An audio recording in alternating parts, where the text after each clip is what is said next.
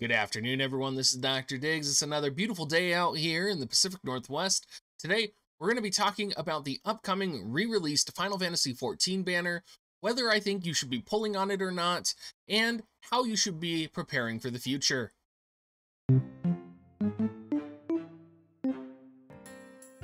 I hope all of you guys are doing great today. We're going to start off by talking about Thancred. Now, Thancred gets a secondary mastery ability, and this secondary mastery ability is going to upgrade his primary skill Blasting Zone. It's also going to give him 20% HP, slash attack 10, and increased attack 100 for self.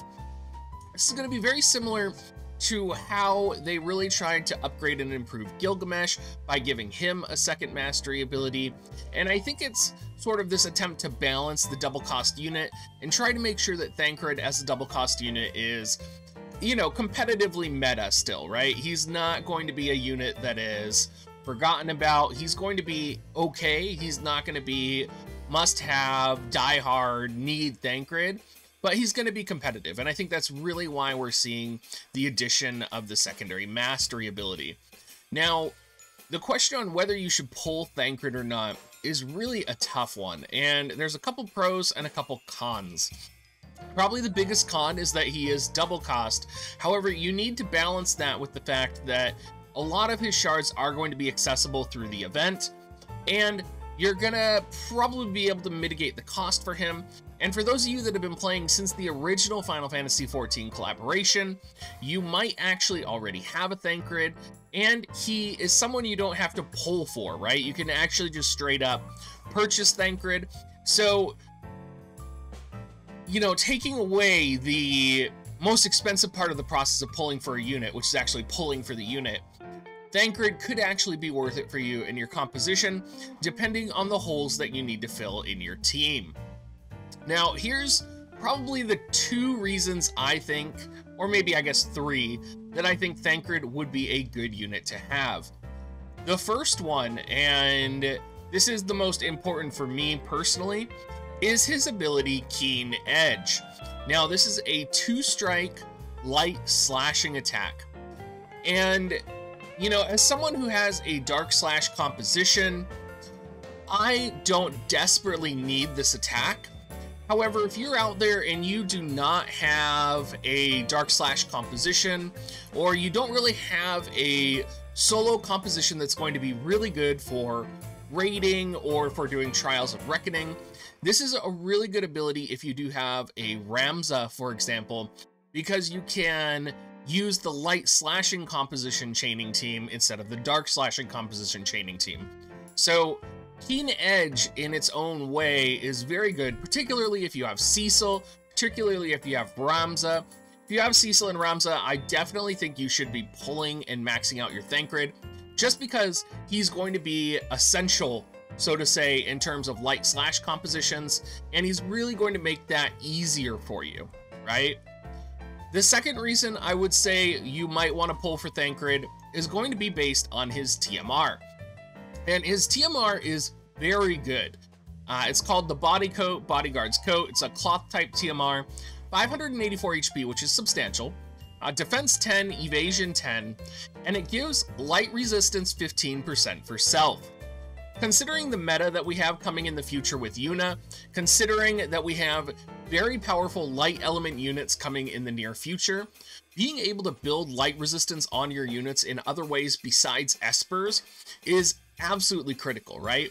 And Thancred's TMR is going to be one of the only ways that you can actually do that, right? They're not releasing a shit ton of gear with light resistance on it, right? I mean, we're going to get a ring, I believe, from the third tower. I'm not sure if it has light resistance on it, but I know only light units can equip it. So, yeah, I think this TMR is going to be really powerful, and I think it could be potentially meta-defining if you do want to survive like a Yuna limit break, or, you know, maybe you're just going up against a lot of Eldrals, or you're going up against Sakura's a lot, in which case she might just use Thunder Element attacks on you. I mean, you're kind of fucked in that regard, right? But I could see it being pretty good for that. Now, the third and final reason I would suggest pulling for Thancred, or maxing Thancred out, I guess, because you don't have to pull for him, is that Thancred is one of those units that is going to be a light, tanky brawler unit, which is going to pair well with a lot of the light units in the future. Oh, excuse me, guys, I just woke up. So this is going to be really good pairing, right? Where you think about, you know, Yuna coming out. Again, you think about Sakura coming out. You think about all these units with mastery abilities that give light attack up, light element units HP up. It's just going to make Thancred even stronger, and Thancred's going to be able to support those units because he is a brawler type unit.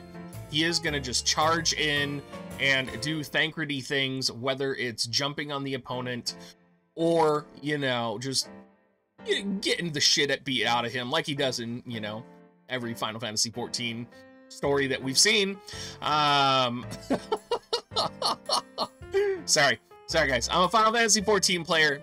Little salty that Thancred is like the poster child in this game. Would have much preferred another person. Let's talk about some of the VCs that are coming out, though. Specifically, let's talk about Jet Black Rebels, which is going to be the new card that's coming out, and it's going to give fire magic up for individual units. Party-wide, it's going to give attack plus 50%.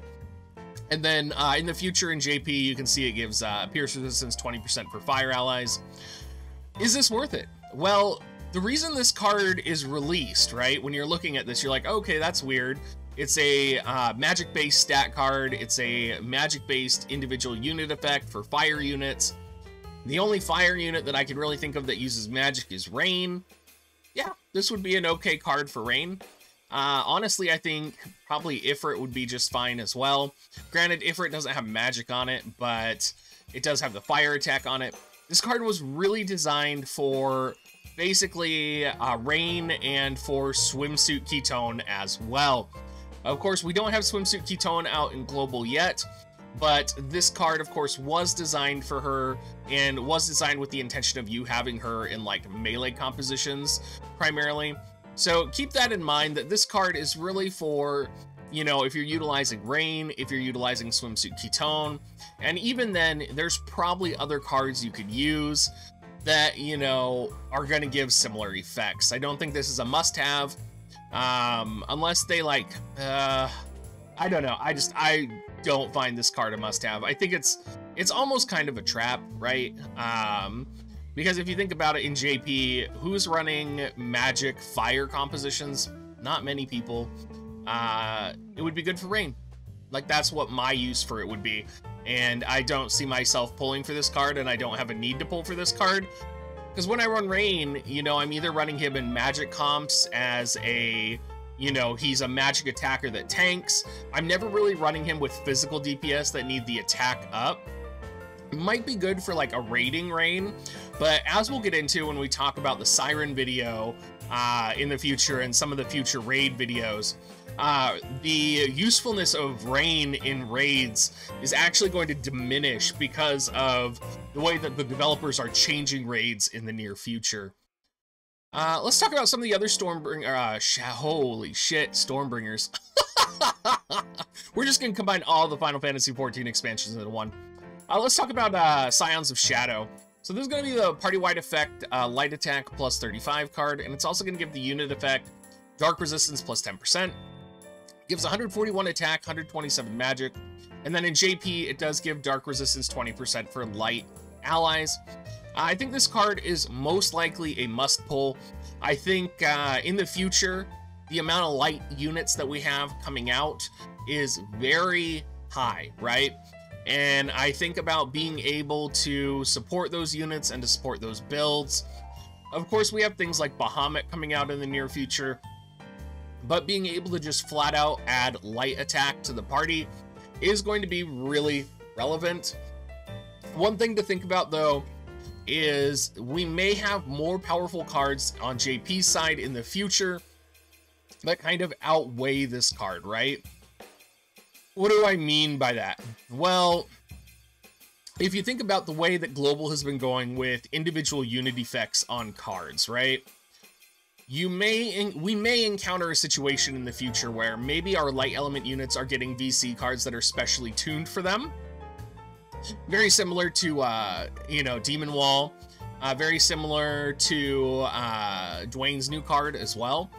So units where, you know, you pulled those cards and you want to use those cards on them, when you're put in a situation where, you know, all of a sudden everybody's going to have access to like the Black Helena card, you know, where it gives really good agility up to the entire party, you're going to run into these situations where, you know, it's kind of like, yes, this is a really great card, and I think most people will benefit from pulling this. But when you're looking at niche combinations and the potential for like global exclusive abilities and buffs on certain cards that are coming out in the future, you really have to wonder, you know, how much of a difference is this card going to make versus maybe, say, another card that might be like a hybrid of these two effects or might push in more specifically on an individual unit. Right now, I'm going to say definitely pull for this.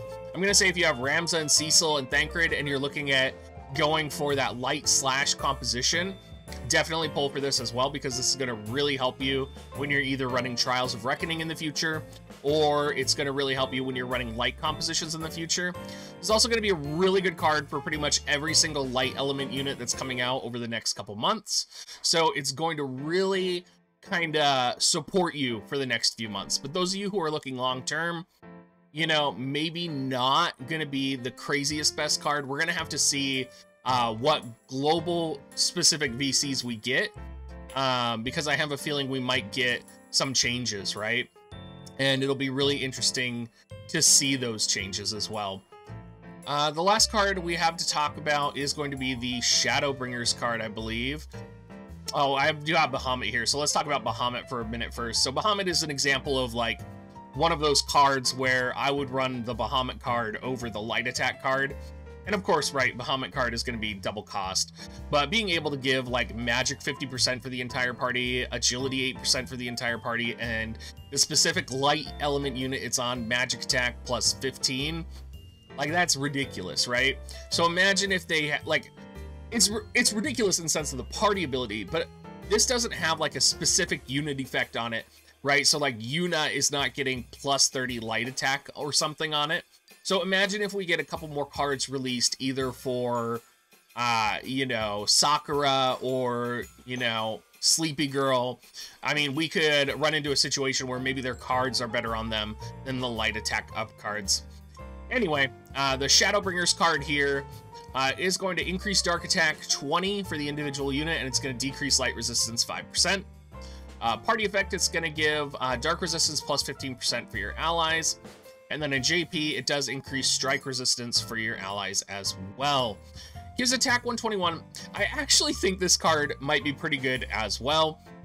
It's very niche, but I think if you are someone who is competing maybe in top tier guild wars, this might be something you want, considering the prevalence of dark element units. Being able to stack that dark resistance, right, is going to be really important. Being able to increase the dark attack of your own units as well. I think about how powerful Demon Wall was, right? When Demon Wall has shown up with, you know, all of the powers and dark resistance on that card. And I think about adding on dark resistance 15% as well. I can only see this being, you know, it's almost like a counter. It's almost like a counter to the dark meta before the light meta shows up, right? Because the light meta is not fully here. It's probably going to be starting here in the next month or two, but this is like the get ahead further, faster in a shorter term card.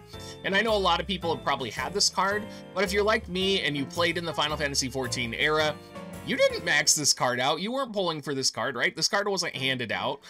So I think this card we might actually see getting some play, and it might be something you might consider maxing out, just because being able to have, like I said, that dark resistance, very similar to having that light resistance on Thancred's TMR. It's kind of like it's almost like this, rolling this out right now is like an announcement of what's coming, right? It's about, you know, the meta is going to be shifting soon, and so you're kind of seeing these clashing ideas. So very exciting. I think a lot of these you could make a case for to pull or not pull. And what a lot of it comes down to is your account. Whether you have, for example, Ramza and Cecil, right? Whether you maybe are a newer player and you know you're going to be going for the light slash composition and you need Thancred, right? Even though he's a double cost unit, you can probably mitigate those costs, right? So lots to think about here, guys. Definitely ask questions in the comments, and I will try to get back to you guys.